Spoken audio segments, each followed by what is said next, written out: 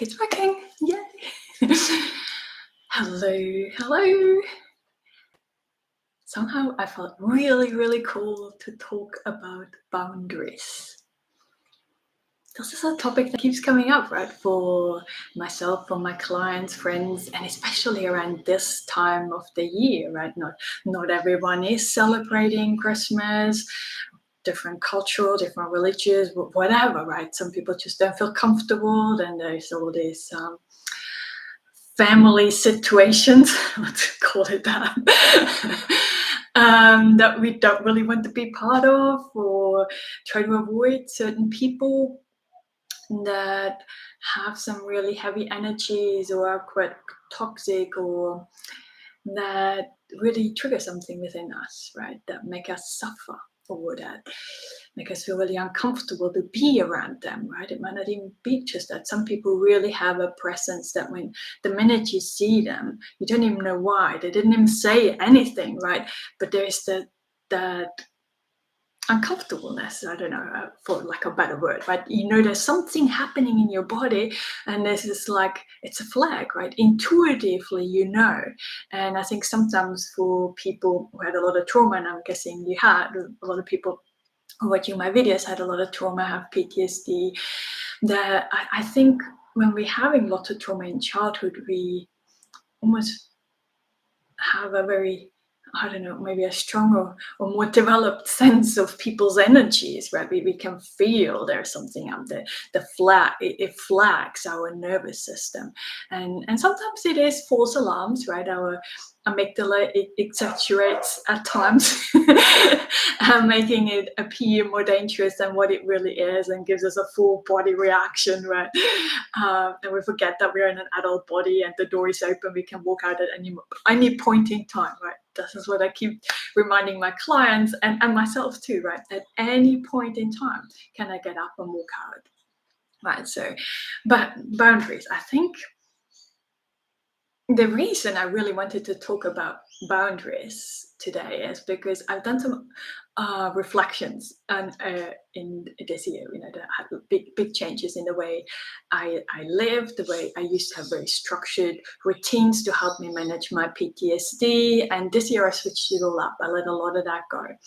And perhaps you've seen some of my previous videos. I've done quite a lot of videos on boundaries. I've done workshops on boundaries, right? There's different types of boundaries. We can have the physical boundaries in terms of who we're allowed to touch, where to touch, you know, hugs and all it is in intimate relationships. There is emotional boundaries, verbal boundaries, right? How do we allow people to speak to us, right? The belittling kind of comments, or the tone in their voice. And there's also the boundaries around time and perhaps material things, right? People who just, when we feel used, right, that's usually a flag. Someone's crossed boundaries, there's something up. So while I've talked about this, and while I've done a lot of work on this myself, this was very important to me, I kind of changed the way I feel about boundaries now. I'm curious if that's you too. We have people here. Yeah, so if there's something coming up for you while I'm speaking, then please ask questions, or if it doesn't make sense, or if there's a particular thing that you want to say about boundaries, then share it with us. I think we can all learn from each other. So how I feel about boundaries now is I have very little boundaries. Like I said, I was very structured. I had very strong boundaries for a while at the beginning of my healing journey, because I was so easily triggered by anything, not in boundaries, right? My nervous system was so overreactive, and I think boundaries had a very important function at this place. But what we sometimes miss, so I find a lot of people and a lot of my clients also miss, that as we evolve, as we heal, as we become more aware who we are, right, and the true nature, right, not the identity that was forced onto you, that you think you are, that trauma identity. So to really, connect with that true nature, the more that happens, the more different practices, different ways of thinking are more helpful, right? So if you're doing something and it feels like it's not working, it's often not that it's working, that in retrospect, maybe years, like we're talking years later, 20 years later now, when I'm looking back, I can see how all these things had a function. They had a benefit for me. But then I kept at them for too long. They were actually no longer benefiting me. I had that sense I was stuck all the time. Perhaps you can relate. I felt like that stuckness. There's still something missing, and I just hopped from different trauma approach. There's so many different ways. I was doing. I hopped around and tested them, and I really gave everything a good go. But every time, after, let's say, a few months, sometimes 3 months, sometimes 6 months, sometimes a year of implementing those kind of things, it felt like that stuckness was back again. I was like, I'm spinning my wheels here. Something's still not right. Something is missing, right? But how often say that sense became stronger and stronger, that something is missing for me. And when it comes to boundaries, did you see that? I just caught myself that I was actually slightly diverting off the topic. We're talking boundaries. Right? Yeah, I'm sure I'm not the only one who could sometimes gets off topic. But the thing why the need for me to set boundaries has shifted so much is that I'm feeling more and more empty, for a lack of better word. Right? I've done a lot of work, especially in this year, to really dissolve some of those wounds. And I really like the way Eckhart Tolle talks about this. If you're not familiar with him, you might want to check this out. He calls them pain bodies. Right? So when other people come into your life and they say something, or like, just step over your boundary. It doesn't matter whether this is physical, emotional, spiritual, verbal, time, material, any form of boundary. They crossed it. Then if you still have a pain body in there, if there's still something there that's like, oh, I am less than, I am not worthy, right? I have to prove that I am worthy. I have to do something to be accepted here. When you still have a pain body like this in there, when that other person comes in, those two pain bodies play with each other, right? So that's how Eckhart Tolle kind of explains this in his book, or this is my interpretation of this. This is not verbatim, but I highly recommend his book. It just really helped me to see that if I resolve that pain body in myself, then there's nothing to react to. There's this emptiness, right? This person is doing that. I can see this person for who they are. It's almost like looking beyond their behavior.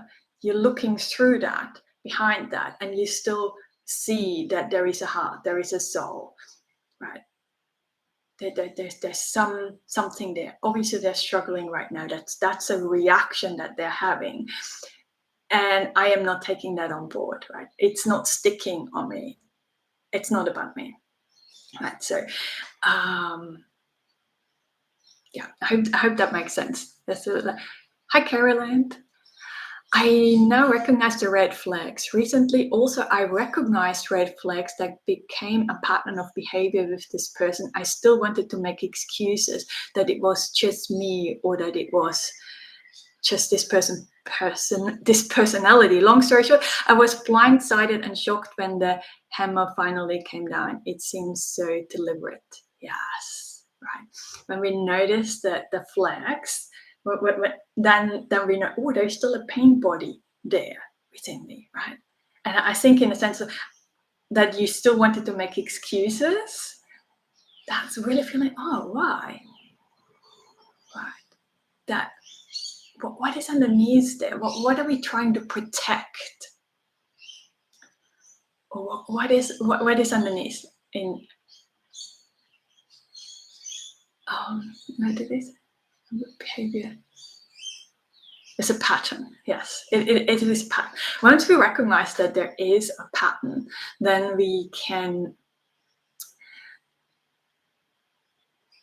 at the beginning for myself, boundaries for me were best dealt with a lot of I did visualization. Like if I recognized there was a pattern, I literally almost played it out as a movie in my head, that I know when I'm coming in, this person is gonna do X, Y, Z, or say X, you know, in this, I knew exactly what he or she does.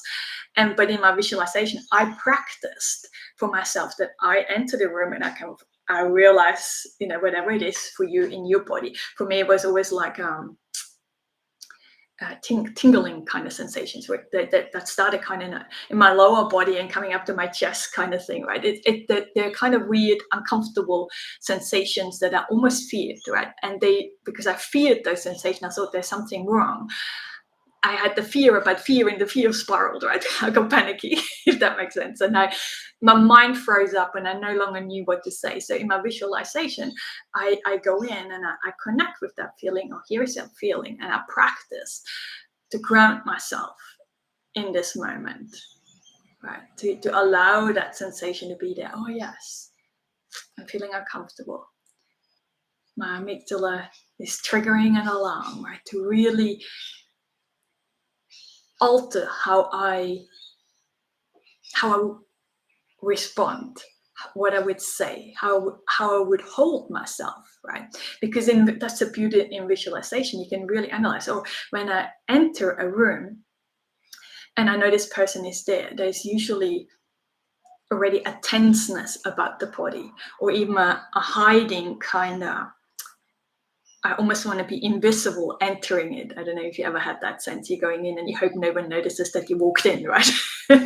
There's a certain body posture to that, you know. And maybe just try it out at home and walk and see if you can do it. Do it in front of a mirror and recognize that, and then be like an actor, right? I think Bessel van der Kolk talks about this in the book The Body Keeps the Score, how this acting, you becoming an actor. But what if I would walk in the room and I'm just feeling safe in my body? I am who I am, and this is it, right? How would I walk in when I feel like this?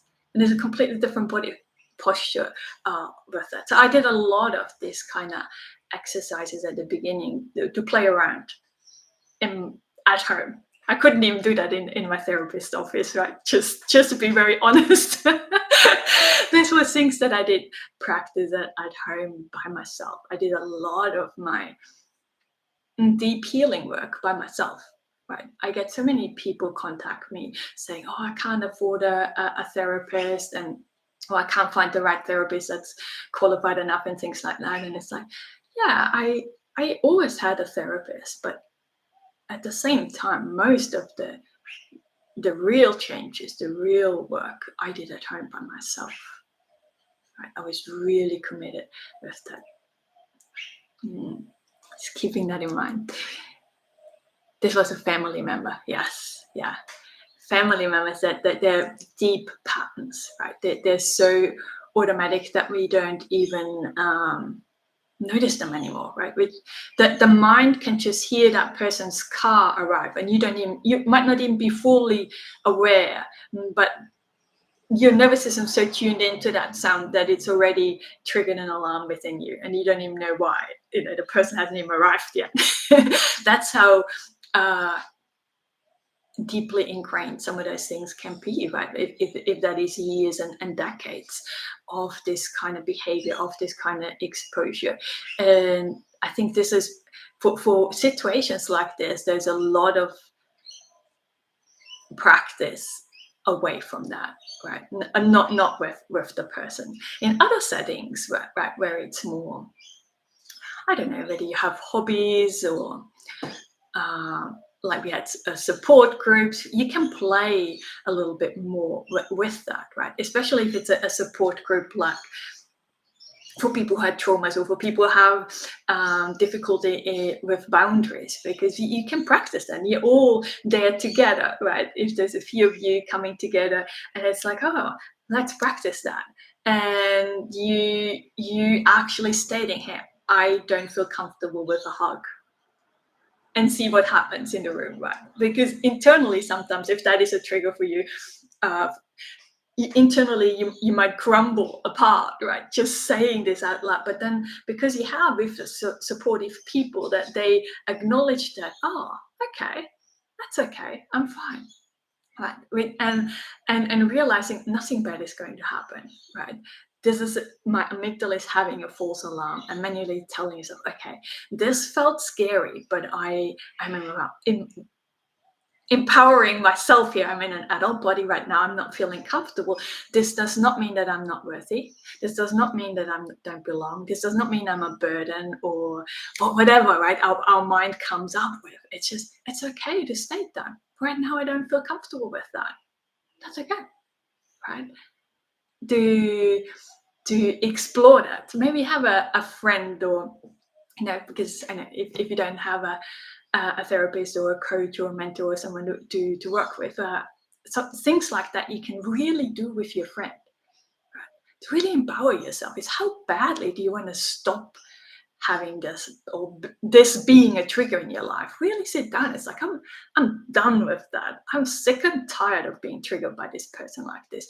Now I'm really doubling down. I'm really getting to work at this, and I'm really going to look at this, and I'm not going to be scared of all these intense emotions that are coming up with me every time I try to think about that situation, right? To really shift something within you. It's like, there's a line. I'm at the cross point. I'm at the choice point, whatever you want to call this, right? I can keep doing the same kind of thing, which creates the same kind of suffering, the same kind of internal turmoil. It's like an away move away from the life that I want to have, whereas it's like, okay, no, this is enough. Enough is enough. And especially now, right? We're moving into a new year. Some people like to really have all these New Year's resolutions. I'm not that big on that, but that's a different topic. That's a boundary too that you can set. If you have a lot of people that are very insist on having new goals and New Year's resolution, that you can say, oh, actually, that's not for me. And be okay with that. That's totally okay to not want that, right? But in that time, when you come to that thing, it's like, I am tired of this, and I am choosing something different, right? Something that moves me towards the life that I want to create for myself, the experiences that I want to have for myself, right? To really shift something within you. Okay, sorry. To see. I would do a lot of trying the acting out on the inside. Yes. Beautiful. The person involvement was all through long distance phone calls over the past 3 years. I found myself sitting here saying, please don't call tonight, over and over again, but I still picked up.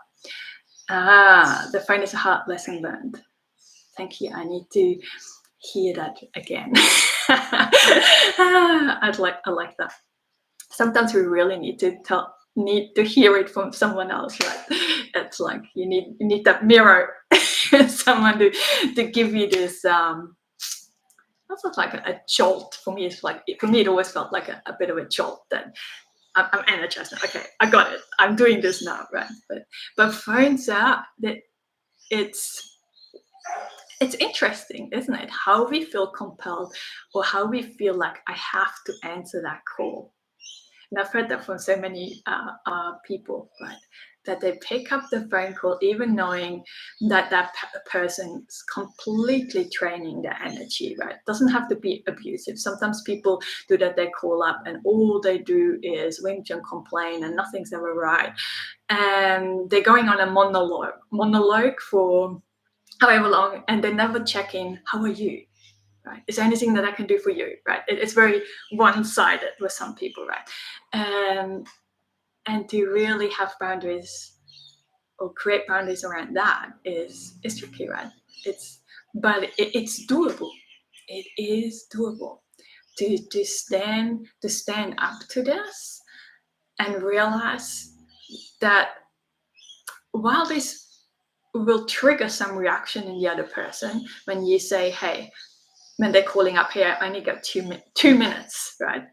And you literally have a look at the clock, 2 minutes, and then I got to go. right? You don't even have to tell them why or what is happening, but you can end the call at any time too.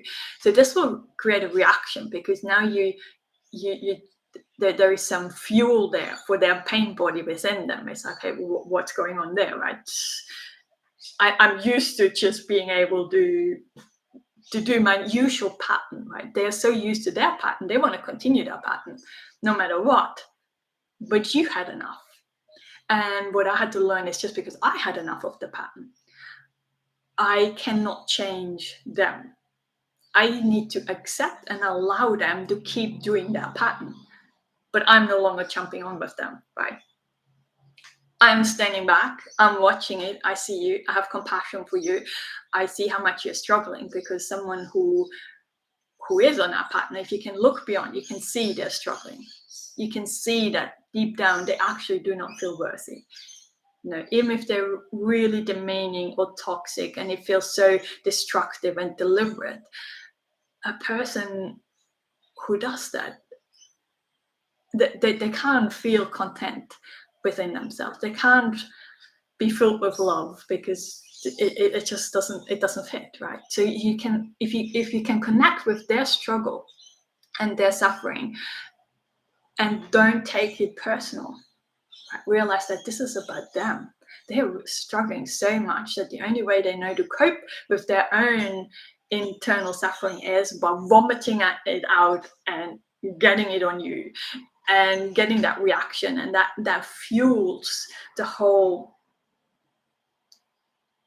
It's an energetic play in a way, right? For so many people who had a lot of trauma, it's having a healthy relationship almost feels boring, right? And that doesn't have to be an intimate relationship. That can even be friends, right? If you have a friendship with someone and everything always goes really smooth, it almost feels boring, because we're so used to have this real high intensity about any human connection, right? Does that make sense? If there is always this trauma in our amygdala, our nervous system has to be so turned on, because there's so many triggers, there's so much I need to be aware of, and I need to be fully present and be guarded and all this kind of stuff, right? This is very energetic. There's so much happening.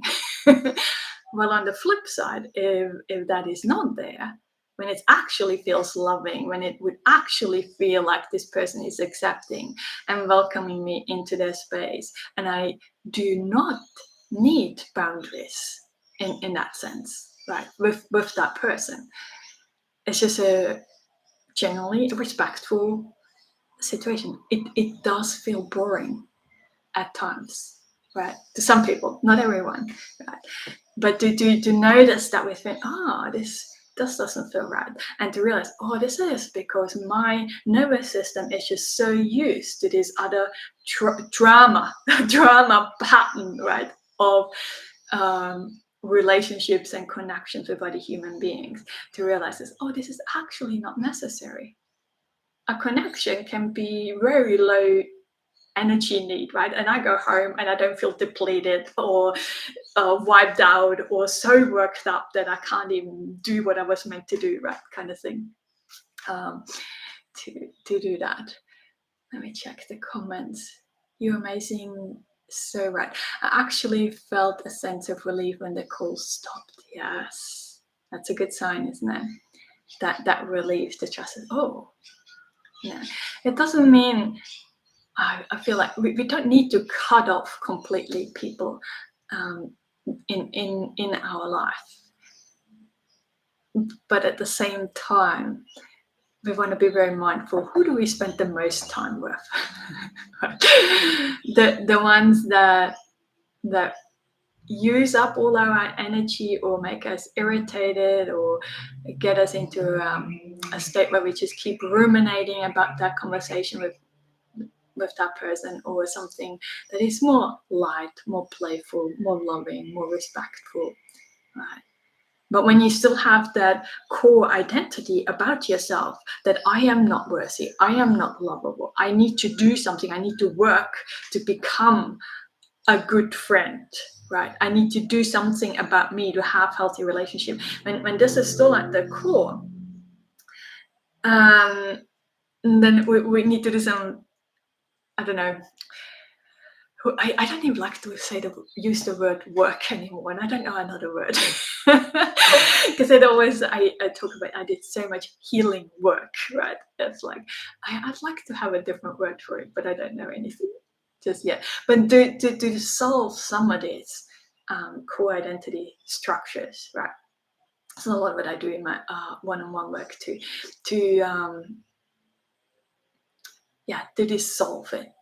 That's what it felt like to me when if you want to call them pain bodies like Eckhart Tolle does. For me, it always felt like when I've dealt with it, it has that sense. It's almost like a bubble that came up, right? There's a lot of emotions and sensations, and this is the bubble, but the bubble had that gentleness, and then it kind of gently burst, and it kind of dissolved, and it's gone, and it never came back, right? That is what it felt like in this body, right, in my body. So everyone describes that kind of different, but you have that deep inner knowing when there is a trigger point or something that you have in your own system, in your nervous system. When that is resolved, it's gone. You just have that knowing. This is it. There's a lightness to it when it's done properly, right? I got it this time, right? I didn't just go in analyzing and ruminating and twisting and tweaking and hoping and wishing. This time it's resolved. It's gone. It's gone. And it's such I don't know, indescribable feeling, right? When that happens, when we can let go of some of those trigger points. So it's beautiful. What is This was a male family member who constantly criticized and belittled me. No matter how I tried to explain, it didn't make a difference. Yes. Yeah. That belittling, and I'm guessing that this shows up in a lot of areas in your life, right?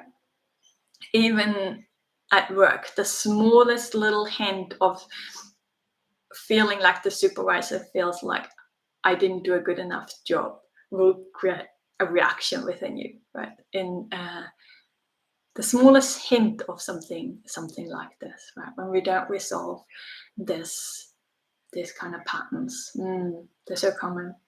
Yeah. Yes, I exhausted myself, and it seemed as though this person had a low self-esteem. So I hope to be positive with him to help. I never said that to him, so yes. And it's interesting. So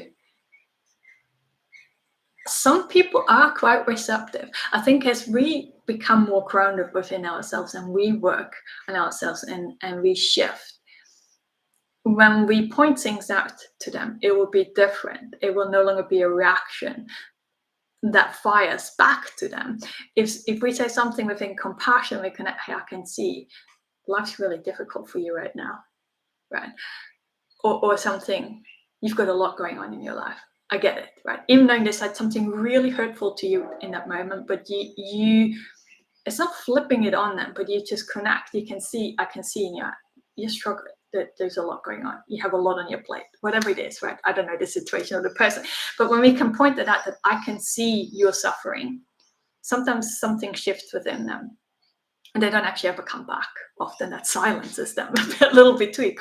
It catches them off guard because now you disrupted that pattern. They're so used to get a certain reaction from you, right? I always say for any conflict, it needs two people to dance a tango, right? We play our part, or I play my part in this situation, and he or she plays their part.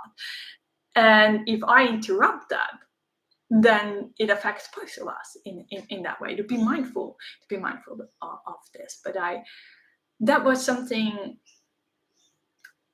that's been very helpful and very difficult to do for me, to look beyond that. And it is not something that I learned as part of the trauma. It is actually something I learned as part of working with children, right? I've for many years, I worked with children who have autism and ADHD, right? And we were always taught, look beyond the behavior, right? Or people in the kids in foster care, was a foster carer. That behavior is telling you most of the time that that child is not feeling safe in that moment. They're having a dysregulated nervous system. And right now, instead of you telling them, I told you so often not to do this or that, right? They actually need some support. They need you to help you co-regulate their dysregulated system, right? So I learned that with children. And it's, I don't know when it clicked, it's like, oh, but when I am, as an adult, when I am triggered, most of the time I feel like I'm regressing. I actually feel like a little kid. Often I feel like a 4-year-old or an 8-year-old, right? Depending on what is triggered. I feel like a child. And in that moment, I actually need someone to help me co-regulate to remind me it's actually safe, right? And then it's like, oh, the other person probably feels similar, right? So I realized, oh, this is the pattern perhaps that we play. And if we can recognize that in the other person, if I can have a little bit more compassion in that moment, even though it's an adult person right now, it's easier to do with kids, so much easier. But it's just an adult person. I try to look beyond their behavior and see and trust that there is a good heart there, right?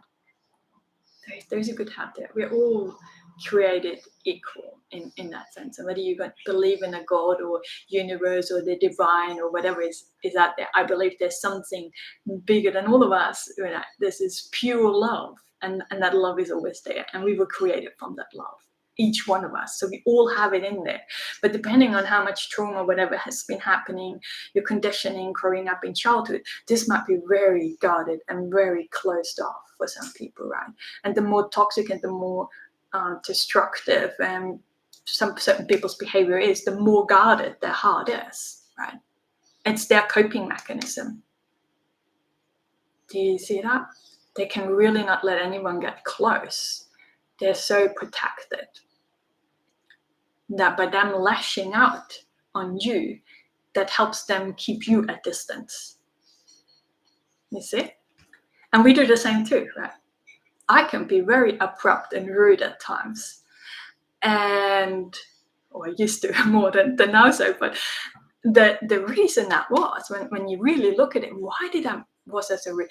I felt threatened in that moment. The guard comes up and that rude comment instantly, it's not a conscious thing, but it pushes people away, right? The people who are loving and accepting and caring, they usually, right? They step back, let her, and they move back, right? So we create that distance to keep that in mind within yourself, but the boundaries. So I just really wanted to highlight that things, as you evolve, as you go through all this healing and the change, and the most important thing, the more you shift the perception of who you are, the more you recognize your true nature, all of these kind of things fall away. And the way you see boundaries and the need to have boundaries falls away. It's really beautiful. Yeah, it's really beautiful. Yes, let me just quickly check what we got. As a child and young adult woman, I had to remain silent and pay attention. It was part of my survival, so I think it helped me to have insight into others, often hypervigilant. Yes, so many of us, right? That observer, the smallest shift in someone's behavior, we knew, I gotta get out of here, right? It's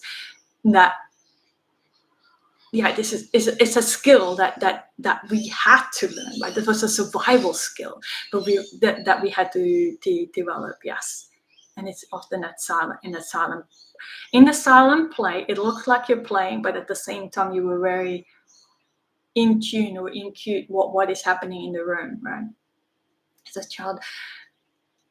a child, getting away in nature became my spirituality, a power so much greater than myself. Yes, beautiful. To really tap into this, right? When we're feeling really constricted, or when things come up around boundaries, or people crossing our boundaries, right? And to first, I think it's always important to validate and acknowledge. The reason this is so difficult is because people have violated our boundaries in childhood in kind of unspeakable ways, right? And we really want to validate that. Okay, this is why my nervous system is reacting. There is truth to this, right? But right in this very moment, that emotional reaction, the intensity that I'm feeling right now is a little bit exaggerated, but I understand where it's coming from. And to realize that I can also do the opposite, right? Like just how Carolyn says, going into nature. I'm guessing when you're in nature, you're letting your guard down. Right? So you have the capacity to remind yourself. So for you, it's out in nature. For some people, they like going out in a boat, fishing, right? And things like that, or camping, or whatever it is. Just have a think about it. There is certain activities or certain things that you do where you are not actually all armored up, or having the need of all these boundaries, and just tuning into how that lightness, or the different qualities of however you want to describe that, how this feels different, and to remind myself, this body has the capacity for both. It's not gone. It hasn't disappeared. I might not be fully aware of it, or I might not be fully be able to embody that and be that on a day-to-day basis, or it's still easy for someone to trigger me and get me out of this, but knowing it is there, and this is every time I have this kind of choice point, I get there and I can catch myself. The more I can catch myself in a moment, or hear those sensations, really know what are those sensations. The first sensations that are coming up for you to know that there's something within me is triggered. Someone's crossing my boundaries in whatever way, right? There's a trigger there.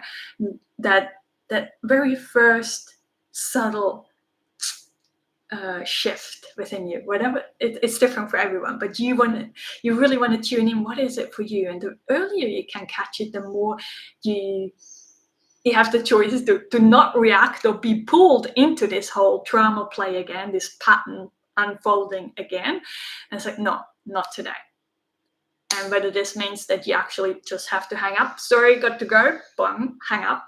No need to explain, right? Just hang up, or just, I'm going to go.